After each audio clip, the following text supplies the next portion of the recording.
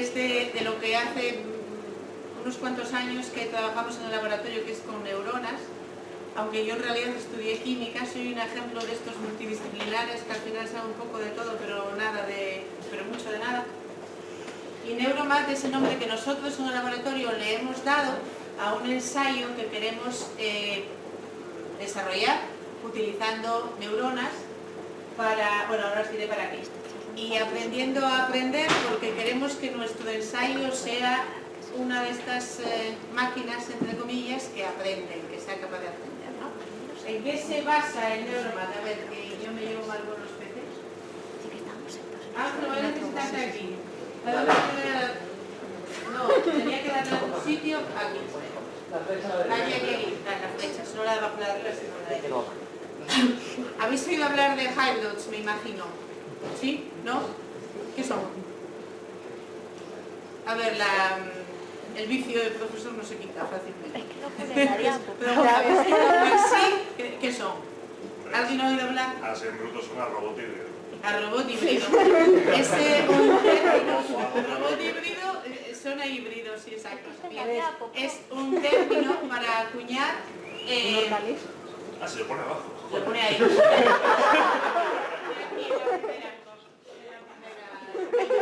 Forma abreviada de robot híbrido, ¿no? O hybrid robot en inglés.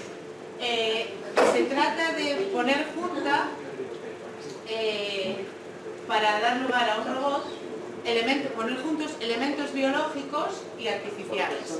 Esto se distingue, es distinto de las redes neuronales de las que hablaba Ángel, a que todo sería, digamos, informático y que intentan imitar lo que es la actividad neuronal, pero solo con elementos matemáticos, y eso nos daría lugar a un cyborg, pero que es el término con el que normalmente se utiliza para referirse a algo cibernéticamente avanzado, porque le hemos, digamos, no es humano, sino que lo hemos, no es medio ciencia ficción, pero lo hemos mejorado, ¿no?, con elementos matemáticos. En este caso de lo que se trata es de poner juntos elementos mecánicos con elementos biológicos. Y el elemento biológico, que es de la parte de la que nosotros sabemos un poco, pues son cultivos de neuronas de roedor, porque, bueno, las de humanos es un poco más difícil utilizarlas.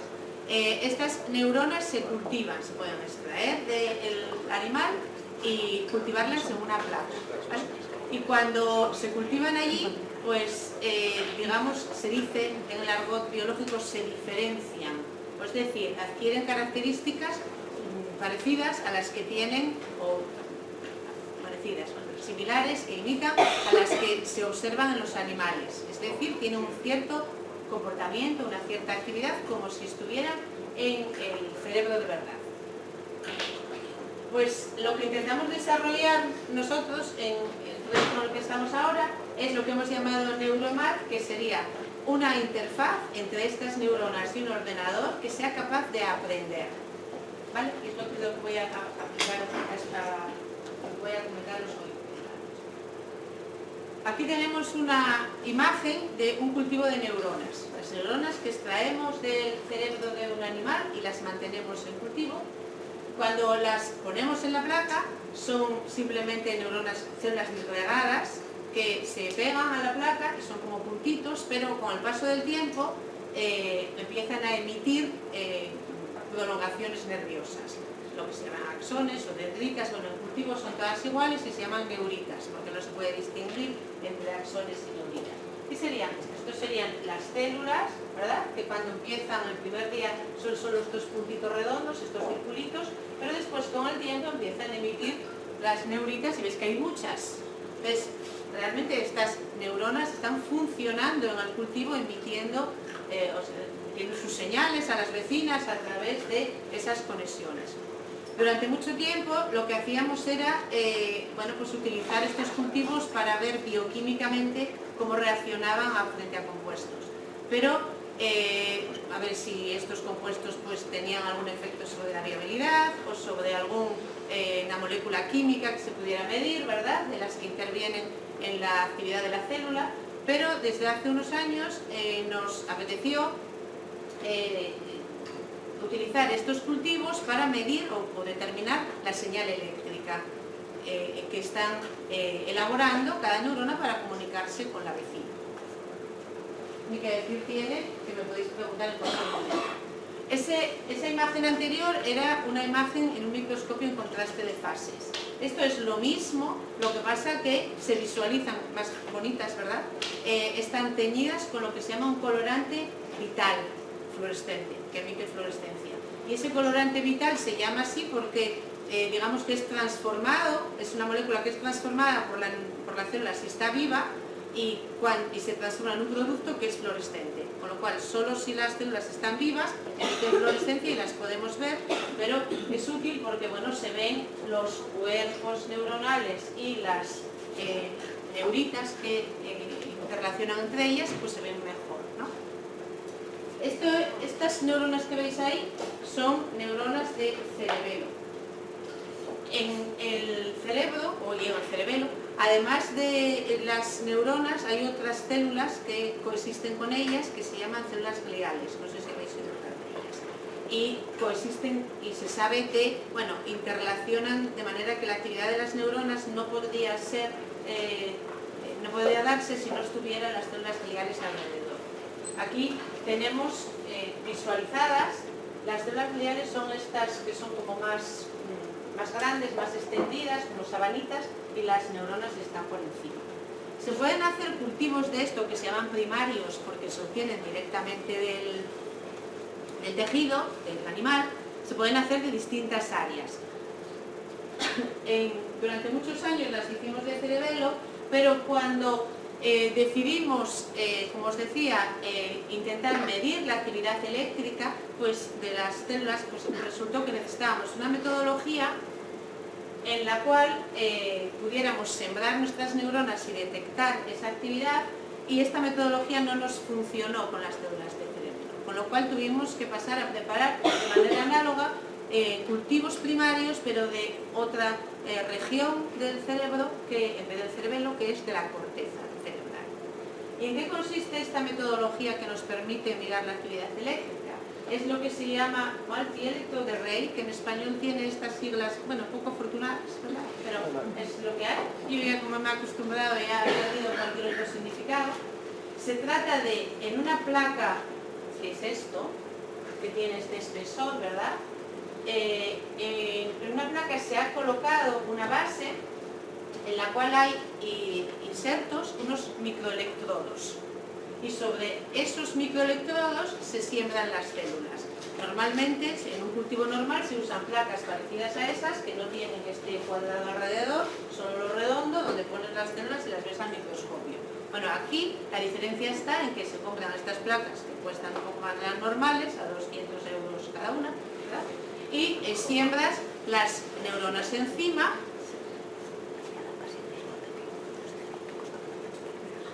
Tienes, como os decía, esto es súper incómodo porque os miro a uno, miro a otro, miro a vosotros, los electrodos, y puedes cultivar las células directamente sobre ese dispositivo.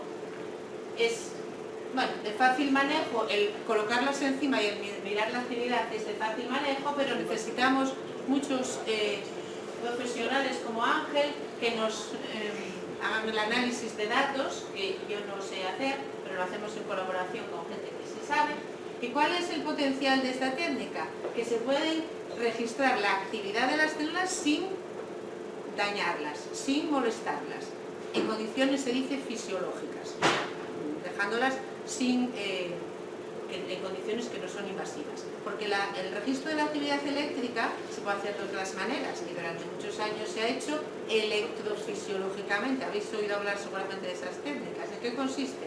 En meterle un electrodo dentro de la célula a través de su membrana y mirar el potencial eléctrico entre dentro y fuera. Claro, eso es como un pelín invasivo. La célula ya no vuelve a ser la misma después de que le ponen semejante arpón, digamos, dentro de ella. Entonces, en este caso no se molesta, es condiciones fisiológicas. Y se pueden hacer estudios prolongados en el tiempo, tanto como se puedan mantener esos cultivos, hasta años. Hay gente en nuestras manos, no más de 3 meses, pero bueno, hay gente que dice que los ha podido mantener durante más tiempo. el sistema es como un pequeño animal en una placa, porque ahora hablaremos de ello, porque pueden emitir lo que se llama un comportamiento. Al final, nuestro comportamiento como seres o de los animales viene motivado por una serie de por una actividad eléctrica de nuestras neuronas, ¿verdad? Eso es lo simple, que elabora propiedades emergentes que al final dan lugar a la manifestación de un comportamiento. Bueno, esto es como un pequeño animalito en una placa que va a ser capaz de hacer actividades eléctricas sencillas, ¿verdad?, que podemos asimilar a comportamiento. Aquí, en esta diapositiva, solo para que veáis un poco dónde está la corteza, pues que no la visualicéis. Si esto es un cerebro de un ratón, la corteza es la parte más externa, ¿verdad?, que es la que nos caracteriza como más evolucionados. Se extraen de ahí las células. Esto sería un cultivo de células corticales teñidas, estas son las neuronas. Bueno, aquí las células gliales, y las tenemos encima de nuestros electrodos. Las células que estén sobre uno de esos electrodos, nuestras placas tienen 64, van a emitir una actividad que podemos registrar, la actividad eléctrica. Bueno, esta es una imagen del cultivo de las células corticales, que son bonitas. Cualquiera me dice que no. ¿Veis? Hay varios tipos de células en la corteza. Decía ahí, el 80% son piramidales. ¿Veis que tienen forma de pirámide? Se llaman así. Bueno, y este es el aparatito MEA, que tiene la placa, ¿verdad?, con los electrodos que vamos a colocar en ese agujerito que hay ahí, que es un amplificador que va a amplificar la señal eléctrica que emiten las neuronas en cada uno de los electrodos, de manera que se aumente la relación señal-ruido. Los datos de actividad eléctrica se almacenan en un ordenador y se hace un filtrado, o más de uno por frecuencia, para distinguir de esas señales eléctricas cuáles corresponden a lo que se llama potenciales de acción. Y potencial de acción es la unidad mínima de señalización que elabora una neurona para comunicarse con su vecina, ¿verdad? Y un potencial de acción sería esto. Esto sería la línea base y esto sería un cambio en la actividad eléctrica, ¿verdad? Sería esa rayita de ahí, que se llama espiga o spike en inglés. Ahí lo tenemos representado de nuevo. Tenemos ahí 3 spikes de esas. Bueno, estas espigas o spikes a veces aparecen separadas, otras veces como en ráfagas, y se distinguen, bueno, se caracterizan esas ráfagas, ahí están nombradas. Esto es algo que se hace, digamos, a gusto del consumidor. Hay que definir lo que entendemos por ráfaga, ¿de acuerdo? Entonces, la señal se filtra para, bueno, distinguirla del ruido de fondo, y como os decía, se definen las ráfagas como un grupo de espigas o de spikes o de potenciales de acción que aparecen juntos en el tiempo, y hay que definir cómo de juntos. Bueno, pues uno lo define. ¿Qué es una ráfaga? 4 espigas separadas por menos de 0,1 milisegundos. Y eso lo define cada uno, ¿de acuerdo? ¿Qué es lo que se mide en estos experimentos? Pues se mide cómo se organizan las señales eléctricas que emiten las células. Es decir, emiten muchas, primero emiten o no emiten en un electrodo determinado, es activo o no es activo, tiene células encima que emiten señal o no, y después la señal que emiten, cómo está organizada, son spikes separados, tienen ráfagas, o muchas, pocas, cuántas espigas hay en cada ráfaga. Ese tipo de parámetros es lo que se mide. Este es el aspecto que tiene un experimento normal en el ordenador, al cual se envían los datos. Cada uno de esos cuadritos sería uno de los electrodos de la placa. Y veis que unos están activos, otros no, y en los que están activos, pues la actividad puede ser diferente. El número de espigas que hay, cuántas están separadas, etcétera. No son iguales, ¿de acuerdo? Entonces, si esto es una actividad, esto es actividad espontánea, lo que están haciendo las células ahí impuestas en la placa. ¿Qué ocurre si yo las expongo a un compuesto que teóricamente altera la actividad neuronal? Por ejemplo, este de aquí, se llama gabacina.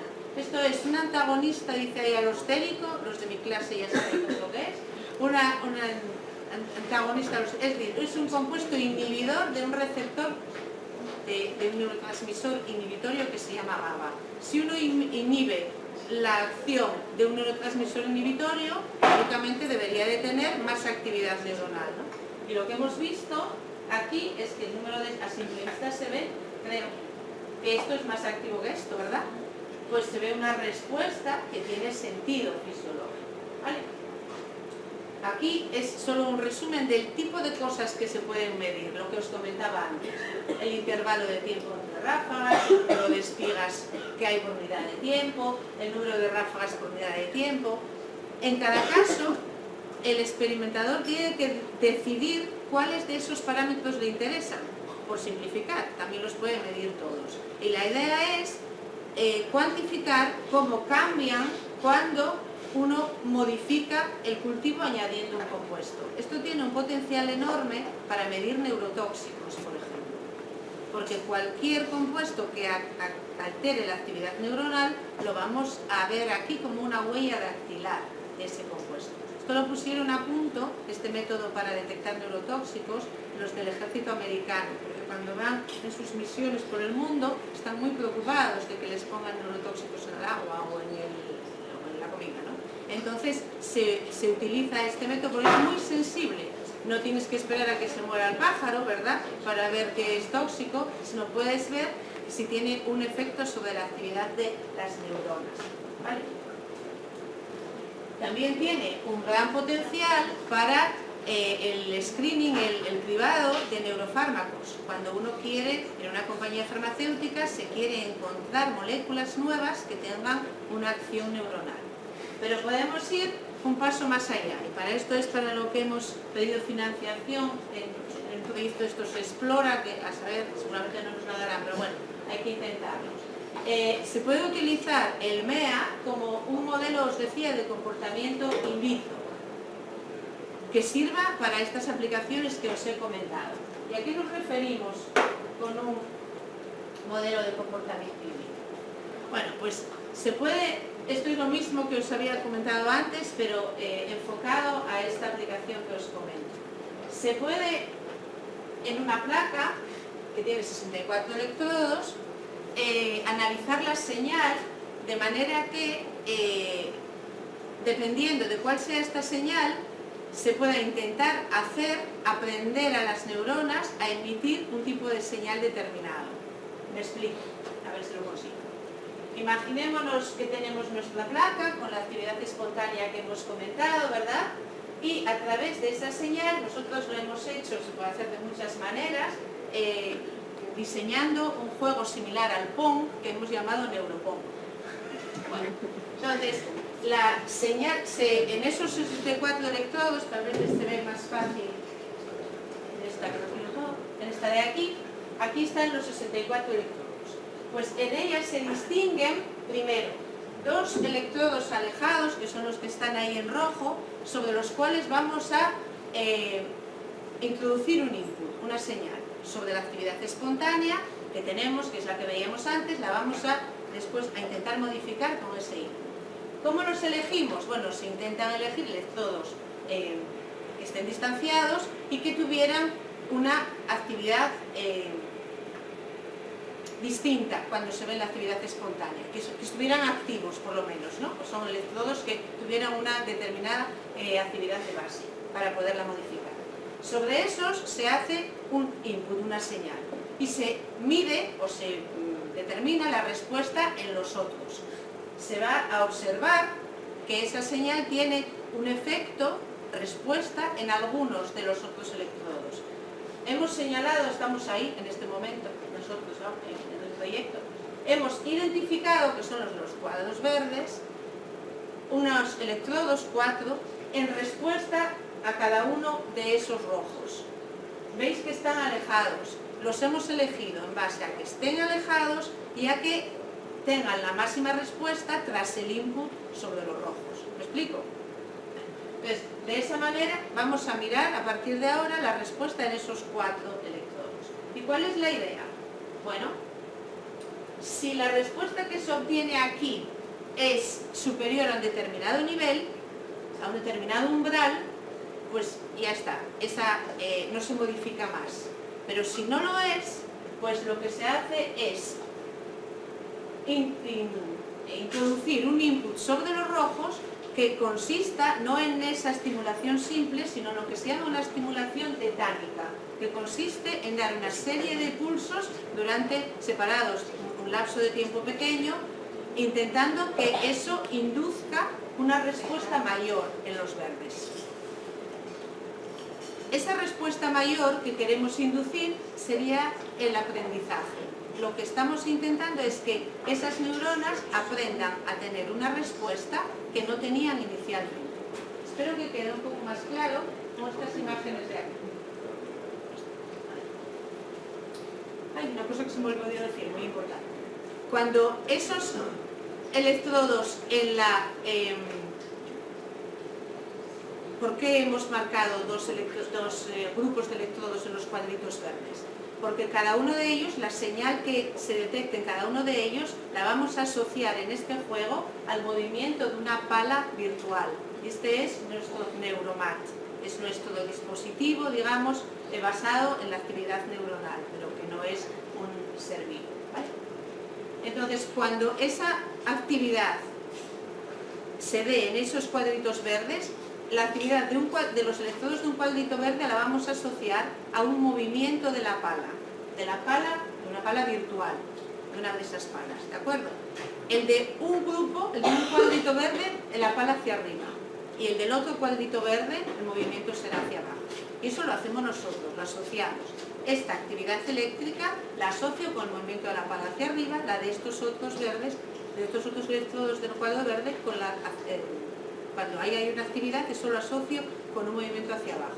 Dependiendo de cómo sea esa actividad, el movimiento será mayor o menor. ¿De acuerdo? Entonces, pasamos, esto sería el grupo de neuronas 1 y el 2, cada uno de los cuadros verdes que vimos antes. Ahí es donde estamos midiendo la respuesta. El experimento consiste, le doy un input en el círculo rojo que controla a el cuadro verde número 1. ¿Sí? Y obtengo una respuesta. Una respuesta que hace moverse la pala en la dirección que yo he asociado a esos electrodos. Y se mueve una cantidad, lo que marcan esos puntos suspensivos. En mi juego, yo lanzo una pelota en una posición, virtualmente. Si la pala llega a la pelota, que no está ahí señalado, pues ya está. Esa ya ha alcanzado el objetivo. Si no llega, como es este caso, pues lo que hago es introducir un input de una estimulación tetánica que os decía en el circulito rojo. Entonces, esa estimulación tetánica es lo que va a inducir el aprendizaje. Si posteriormente yo doy de nuevo la señal simple, ahora está activado porque le di la señal tetánica, ¿vale? En un experimento posterior yo le doy la misma señal eléctrica, el mismo input que había dado inicialmente. Y ahora espero, si ha ido todo bien, que haya aprendido y que el movimiento no sea como el inicial, sea superior. Si no lo es, tendré que volver a repetir la estimulación tetánica. Si he tenido suerte, cuando le doy esa señal, la respuesta que yo he asociado al movimiento hacia arriba será superior y llegará a donde está la pelota. ¿Cuál es? Y lo mismo sería en el movimiento hacia abajo. El otro cuadro verde, al que le doy el input en el círculo rojo correspondiente, le doy una señal simple, una estimulación simple, la pala se mueve hacia abajo pero no llega, le doy la estimulación tetánica, el aprendizaje, ¿verdad? Entonces está activada y la misma estimulación simple sirve para que llegue. ¿Cuál es el objetivo de todo esto? Esa señal que yo estoy asociando a un movimiento hacia arriba, un movimiento hacia abajo, es una señal eléctrica basada en patrones de espigas y de ráfagas que yo puedo analizar. Y se puede ver la diferencia entre la señal inicial, cómo ha cambiado ahora que esa ese grupo de neuronas ha aprendido. El análisis de esas señales mediante la utilización de algoritmos nos puede dar pistas sobre cuáles son los procesos de memorización que funcionan en nuestro cerebro. Obviamente esto es a un nivel muy básico, son mecanismos elementales de memoria, pero que pueden servir para entender un poquito más cómo se producen realmente en nuestro cerebro. Porque al final son datos eléctricos los que nos hacen aprender. El juego puede ser evolucionado posteriormente. Aquí estarían mis vídeos. En algún sitio estaban. ¿Dónde están? Aquí. No, aquí. ¿Dónde está? Ahí medio.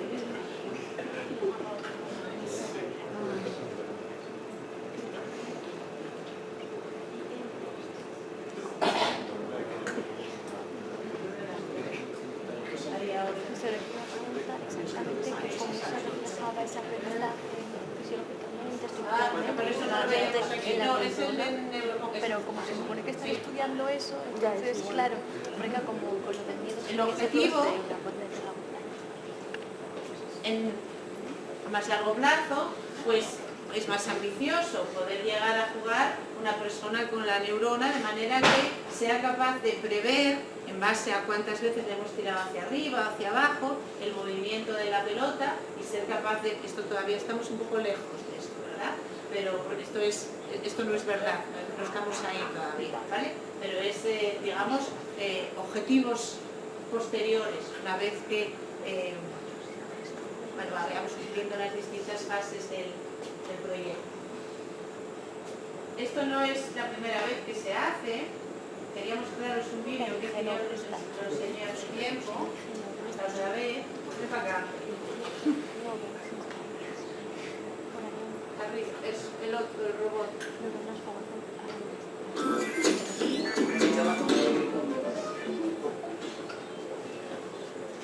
Esto es de un laboratorio en Reino Unido. Este es un pequeño robotito, esto es el iRobot, ¿verdad? Un pequeño robotito que está controlado, su movimiento, asociado el movimiento del robot a la actividad eléctrica producida por un cultivo de neuronas como el que yo os he enseñado, que manda por wifi la señal eléctrica a los componentes del aparato. De manera que ha aprendido con una cámara a evitar los obstáculos, ¿verdad? Nosotros nos enseñan ya el resultado final. De nuevo, la placa es el mismo, es el mismo sistema que os he comentado. La única diferencia en nuestro caso, bueno, eso se puede hacer, no es difícil.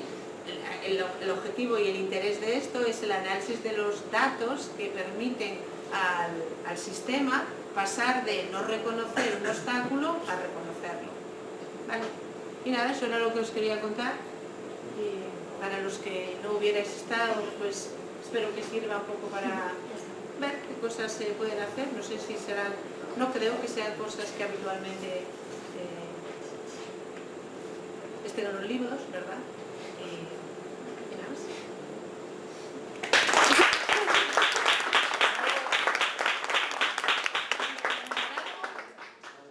Si hay suerte y los sé responder.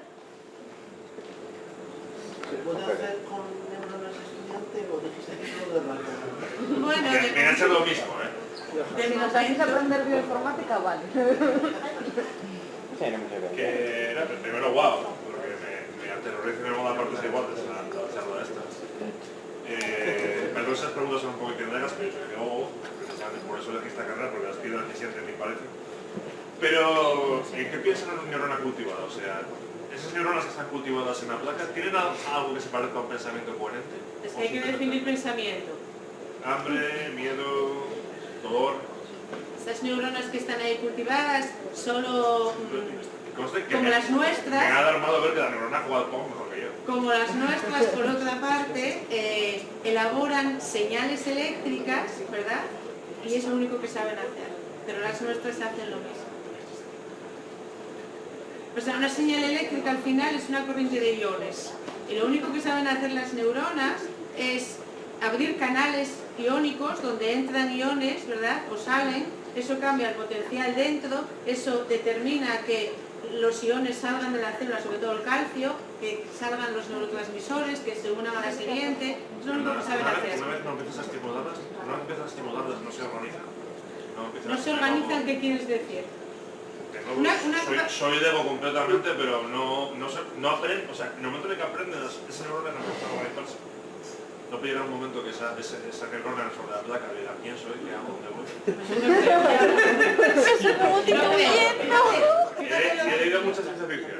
Fíjate lo difícil que es que personas enteras se paren a pensar quién soy, qué hago, qué creo. O sea, figúrate tú en una placa que nos faltan muchos órganos y mucha propiedad emergente. No, lo que es fascinante es cómo, a nivel que es lo que yo creo que cuesta trabajo entender, y es la razón por la que hay mucho escepticismo de que seamos solo química, ¿verdad? Es fascinante las propiedades emergentes, que así se llaman, que derivan de actividad eléctrica pura y dura. Eso claro que es fascinante y que no lo entendemos, pero yo siempre pongo el mismo símil. Sería muy difícil de extrapolar cuando uno abre un transistor, una radio, ¿verdad?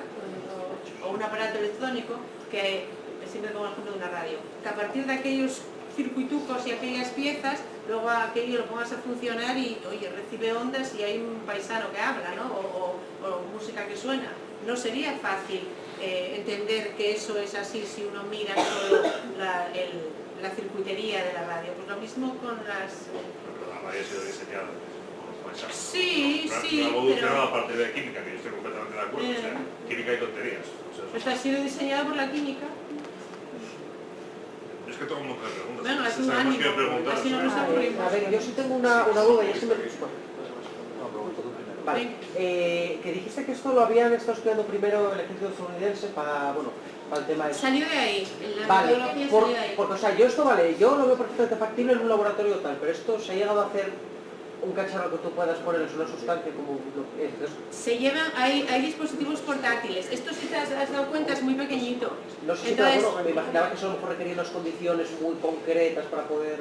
a ver, lo que requiere condiciones es, tienes que disponer de un incubador, digamos, donde mantener las neuronas, pero ellos lo hicieron no con neuronas de mamífero, ¿sí? sino con neuronas de pez o de calamar, quiero decir, con sistemas menos exquisitos en cuanto al mantenimiento, Sí. y lo único que les interesaba es ver si se modificaba la actividad eléctrica. Entonces, no era exactamente esta metodología que está más adaptada al laboratorio, Sí. pero conceptualmente era lo mismo. Medían la actividad eléctrica de unas neuronas y cómo se modificaba por el agua o por los compuestos. Dime. A mí una cosa que me llamó la atención, que fue la última parte, cuando aparecían los robots, ¿cómo se produce ese aprendizaje? Porque en realidad son neuronas básicas, ¿no? Porque de alguna manera un medio de cultivo, ese aprendizaje con una cámara, ¿cómo se transmite? Pues se llaman experimentos en circuito cerrado. Entonces, la cámara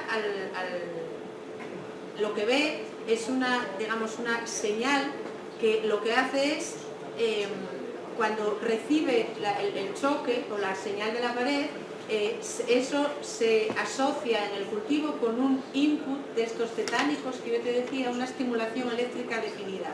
Entonces, en respuesta a esa estimulación eléctrica, las neuronas elaboran, las neuronas donde mides, las del cuadrito verde, elaboran otra respuesta distinta de la que tenían antes. Entonces, esa respuesta distinta, el ingeniero en cuestión la asocia con un movimiento a la izquierda. Y por esa razón, cuando digamos, el input asociado a la pared viene asociado a su vez a un movimiento a la izquierda, que en realidad ese movimiento a la izquierda viene dado por la actividad nueva que han desarrollado las neuronas. Lo que hace el ingeniero en cuestión o el experimentador en cuestión es asociar la actividad eléctrica a un movimiento concreto, como nosotros lo vamos a hacer o lo hacemos con la pala. Esta actividad la asocio con un movimiento hacia arriba o hacia abajo. ¿Cuánto sube o baja? Pues depende de cuál sea la actividad. Y para que se mueva tiene que pasar por cierto umbral. Venga, ánimo. Vale. Por lo que he visto, esas neuronas, más que como capacidad de procesamiento, se están utilizando básicamente como unidad de memoria, porque realmente es el ordenador el que está diciendo qué orden tiene que dar en respuesta a ese cambio neurológico. No lo entendí. El ordenador es el que dice que después de esa estimulación eléctrica se da una respuesta nueva, y es el ingeniero, como te has dicho, el que tiene que decir... No, el ordenador no dice, la respuesta viene elaborada por el cultivo, por las células. Viene elaborada por el cultivo. Lo que hace el ordenador es almacenar los datos correspondientes, pero digamos que la actividad eléctrica en forma de potenciales de acción es la respuesta biológica. Pero es el ingeniero el que tiene que decir, ante esta nueva respuesta, gira a la izquierda. Sí, eso lo asocia, sí, exactamente. Es una manera de medir, de cuantificar la respuesta que ha hecho con algo medible.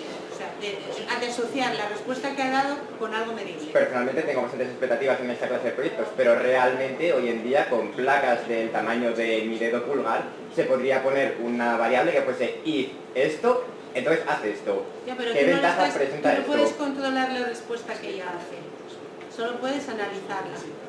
Entonces la ventaja que tiene es que es impredecible. La ventaja que tiene es que esperas que sea un modelo de lo que ocurre en tu cabeza. Porque la respuesta que elaboran las células no se la dices tú, la elaboran ellos, tú solo la analizas, la intentas conocer, intentas descifrar. Y quizás no puede ser el sistema más práctico, pero dado que son neuronas, se podría utilizar un sistema de aprendizaje basado en dopamina en vez de estímulos eléctricos.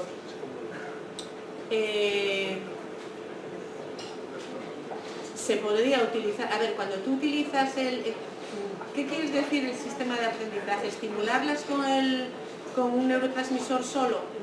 El problema es que estas neuronas tienen receptores de dopamina, pero la respuesta que tú das, el aprendizaje no depende solo de la dopamina. Lo que va a hacer la dopamina es, al final, cambiar el potencial eléctrico de las neuronas, es algo, el mismo tipo de señal que tú haces con la actividad eléctrica y más difícilmente controlable, porque otro problema que hay aquí es que es muy difícil saber cuál es la concentración de dopamina externa, exógena, que tú necesitas para elaborar una respuesta medible.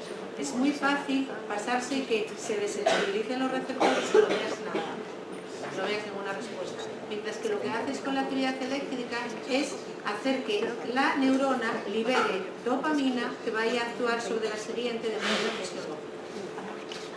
La cantidad, la que fisiológicamente se libera, no la que tú pones, que no sabes si es mucho o es poco, y no es la que realmente se libera en las condiciones normales del cerebro.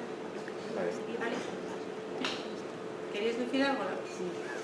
A colación con esto, que me pregunto si esto se podría usar también para, por ejemplo, medir o estudiar cosas como las adicciones, porque hay un cambio de la cuantificación de los neurotransmisores, de los receptores para según de qué neurotransmisor, si se podría llegar a usar para eso. Si se podría usar para... O sea, eso, recrear, una vez tienes tu cultivo de neuronas, recrear cómo sería para saber cómo funciona una adicción. Si la adicción es puramente cerebral o hay más variables a tener en cuenta. A ver, el tipo de experimentos que podéis hacer es determinar si con un compuesto adictivo la señal eléctrica elaborada por las neuronas cambia y cómo. Ese es el tipo de información que podéis obtener. Intuyo que podría ser de utilidad, pero habría que diseñar un experimento. Dimos. ¿Se has dado clases de rebelión de las así como con Rebelión entendida como que, bueno, ya te estoy diciendo que si te pasas, por ejemplo, con un compuesto fisiológico, un neurotransmisor, que sabes que normalmente tiene que dar lugar a una actividad, si es la cantidad que pones, tú piensas que es adecuada, pero no lo es, porque es difícil saber en qué rango de, ¿sabes? Micromolar, 20, 22, 8, se paran, pero no es que se rebelen, es que simplemente químicamente has dado lugar a una respuesta. No piensan, fíjate, las neuronas no piensan, eso son las reacciones químicas. Pero igual una reacción química que, por ejemplo, toca que tiene que dar a la izquierda, ¿no? A la neurona en sí sí decide girar a la derecha. No, la neurona no decide nada. La neurona lo único que hace, repito, es elaborar una respuesta eléctrica basada en potenciales de acción organizados de una determinada manera. Muchos, pocos, todos juntos, en ráfagas, muchas ráfagas, pocas, es lo único que hace.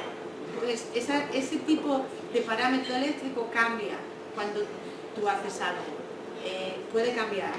Y el objetivo de los experimentos es ver cómo ha cambiado, para intentar entender cómo es que cambia en nuestro proceso. Dime. Que es básicamente al final es como enseñar un poco al cultivo de neuronas a hacer algo en concreto.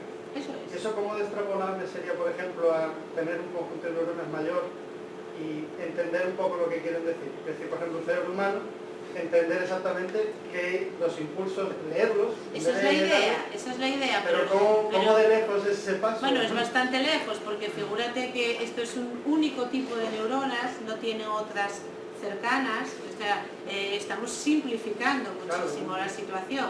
En el cerebro tienes distintas áreas, distintas vías, las neuronas mandan las señales a las vecinas o a otras que están mucho más alejadas, las cuales a su vez interaccionan con las negativas que es mucho más complejo. No tienes un 60 y pico electrodos para leer exactamente. Es mucho más complejo, esto es una simplificación importante. Pero la mayor parte de las cosas que sabemos de la neurotransmisión se han hecho en experimentos con la neurona gigante del calamar. Dime.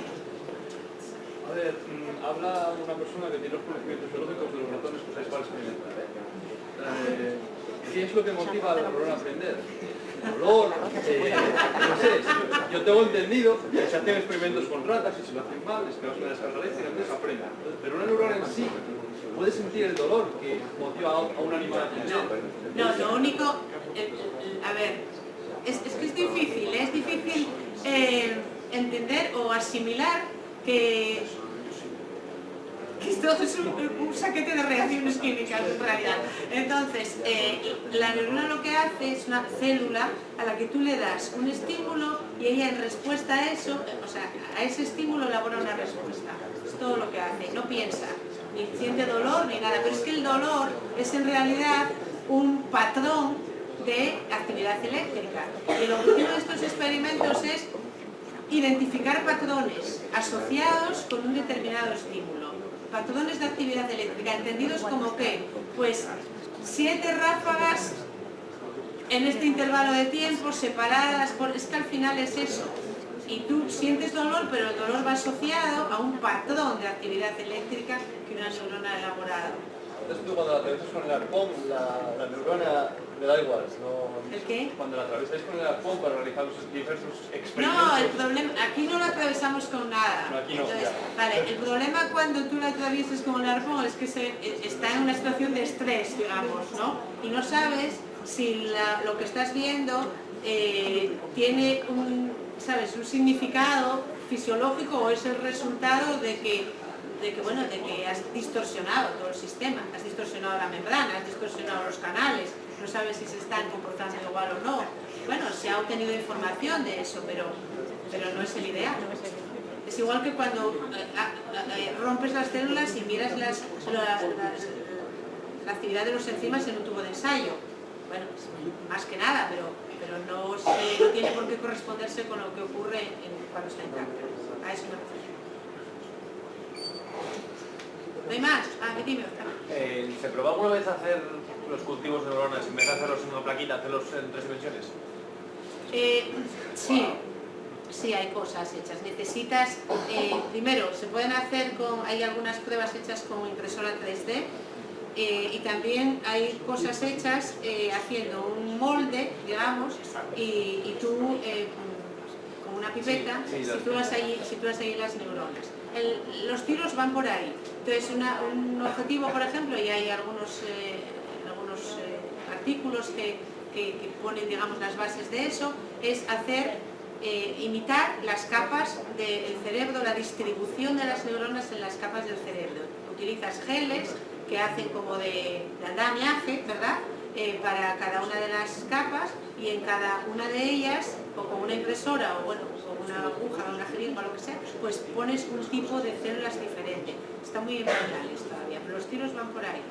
¿Y sabes si ha aumentado el rendimiento ahora de aprendizaje de los... A ver, es que yo haya visto, no hay experimentos con el MEA tan elaborados. Lo que sí se ha hecho es, bueno, varios artículos por ahí sí que hay, estudios por ahí sí que hay, es trocitos de tejido que tú pones en el MEA. Entonces ahí estás aumentando la complejidad porque tienes, claro, no son células disgregadas, son trozos de tejido donde está pues todo lo que estaba inicialmente, todos los tipos de células o lo que sea, y en una situación más parecida a lo que es el tejido. Lo que pasa es que la elaboración de la señal o la identificación, el estudio de la señal, el descifrado de la señal es más difícil, porque también es algo menos puro. Sí, no se pueden poner tampoco electrodos en todas partes. Eso es. Está menos homogéneamente distribuido. Bueno, todo tiene sus ventajas y sus inconvenientes. ¿Y puedo hacer otra? Sí, figúrate. Si esto es todo con cultivos primarios o se probó también a lo mejor con IPS o cosas así. Sí se han hecho algunos, pero la mayor parte de... A ver... Cuanto más parecida sea la célula a lo que es en realidad, mejor, ¿no? Entonces, hay algunas cosas hechas, pero pocas. Y luego el rendimiento de células es tan escaso. Hay una cada cambio de papa allí en aquella placa. Quiero decir, estas células así puestas son capaces de, por ejemplo, sincronizarse. Y en un momento dado, eso no es bueno para este tipo de experimentos, pero ellas lo hacen. En un momento dado, emiten todas una señal eléctrica a la vez, cuando están así en cultivo. Es decir, se comportan como se comportarían, digamos, en el tejido. No es bueno para estos experimentos porque, si os dais cuenta, estábamos buscando grupos de células que respondieran de manera distinta una vez que estimulábamos con el input, para hacer dos grupos definidos, uno asociado al movimiento para arriba y otro para abajo, pero en realidad en el cerebro sí que sincroniza, y parte de nuestra actividad neuronal se basa en eso, en que se sincronizan estos dos grupos. Más, dime. Otra vez, segunda ronda. ¿Podría definir antagonista alostérico, así como para sí, engañar? nada, es una... a ver, Para engañar a gente. Sí. Mira, imagínate una proteína, una estructura que está en la membrana, ¿no? Y ahí es donde los neurotransmisores se unen, cambia la conformación de eso, se abre un canal y entonces, bueno, tiene un sitio específico donde se une el neurotransmisor. Pero ese sitio específico se puede tapar con otras moléculas que no van a dar lugar a la misma función. O se puede impedir uniendo una molécula en otro sitio. Entonces el antagonista alostérico es algo que se une en otro sitio e impide que el receptor se una a su neurotransmisor. Es un inhibidor. Es un inhibidor. Es un inhibidor. Vale. Es un inhibidor. Y otra parecida, cuando vas a hacer estímulos tetónicos, Tetánicos. tetánicos, se me fue por ahí. Es algo parecido al palo de la zanahoria. La estimulación tetánica en realidad es varios estímulos iguales separados por un lapso de tiempo pequeño.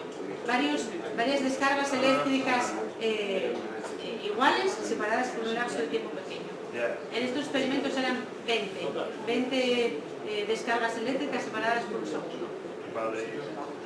Sí, entendí que era como para motivar a la célula a moverse. Bueno, es para que dé lugar a una respuesta diferente, digamos, es para inducir una respuesta eléctrica diferente. ¿No os preocupa al hacer eso de inducir a las neuronas? Está quedando una máquina con récord. No. Que cuando se haya un cerebro completo diga, te vas a cagar ahora, y cuando tener un cuerpo con manos te voy a... No, ¿sabes qué pasa? Que eso está basado en estos experimentos que se han hecho para dilucidar con metodología de electrofisiología para ver cómo es el aprendizaje de neuronas sencillas como las del calamar que os comentaba. Entonces ahí se ha visto que esta estimulación tetánica es lo que ocurre in vivo, digamos que en el proceso de memorización está implicado una serie de estímulos que se producen que llegan a la neurona de manera repetida en un lapso de tiempo pequeño. Entonces está basado en evidencias anteriores. Y se llama estimulación tetánica, se define así. Esto es entonces... Vale. O sea, si algún día tengo un grupo que de toda voz y lo voy a llamar antagonista a usted. ¿A que sí? ¿A que mola? Es brutal. Bueno, puedes poner también efector aerostérico. Pues muy bien. Entonces, esos grupos de cultivos 3D de neuronas que querría yo aprendieron ciertas cosas, ¿puedo usar también estímulos tetánicos Sí, claro. con ellos? El lunes no voy al despacho, Una buena sacudida. Una buena sacudida, vale. Dime. Ya por último, como curiosidad. No te oigo bien. Por último, como curiosidad, para cerrarlo bien, ¿cuál es el siguiente paso después de eso? Uy, más largo y tendido, porque solo, a ver, identificar, el objetivo nuestro es identificar patrones de actividad eléctrica y asociarlos a cosas. Como te decía, bueno, es que los patrones van a ser infinitos y cada vez puedan ser más complejos y esto no acaba nunca, estamos muy en pañales. El objetivo es identificar patrones definidos que elaboran asociados a una respuesta de memoria. Al final se trata de estudiar mecanismos de memoria, sencillos, simples, en un cultivo primario. Podríamos decirlo así, eso es lo objetivo. Pero es muy ambicioso, o sea que nada. Y yo no lo voy a ver. En mis años de actividad eso no lo veo. Pero bueno, me divierto mientras tanto, que es lo que... Pues muy bien, chicos. Encantada de estar aquí.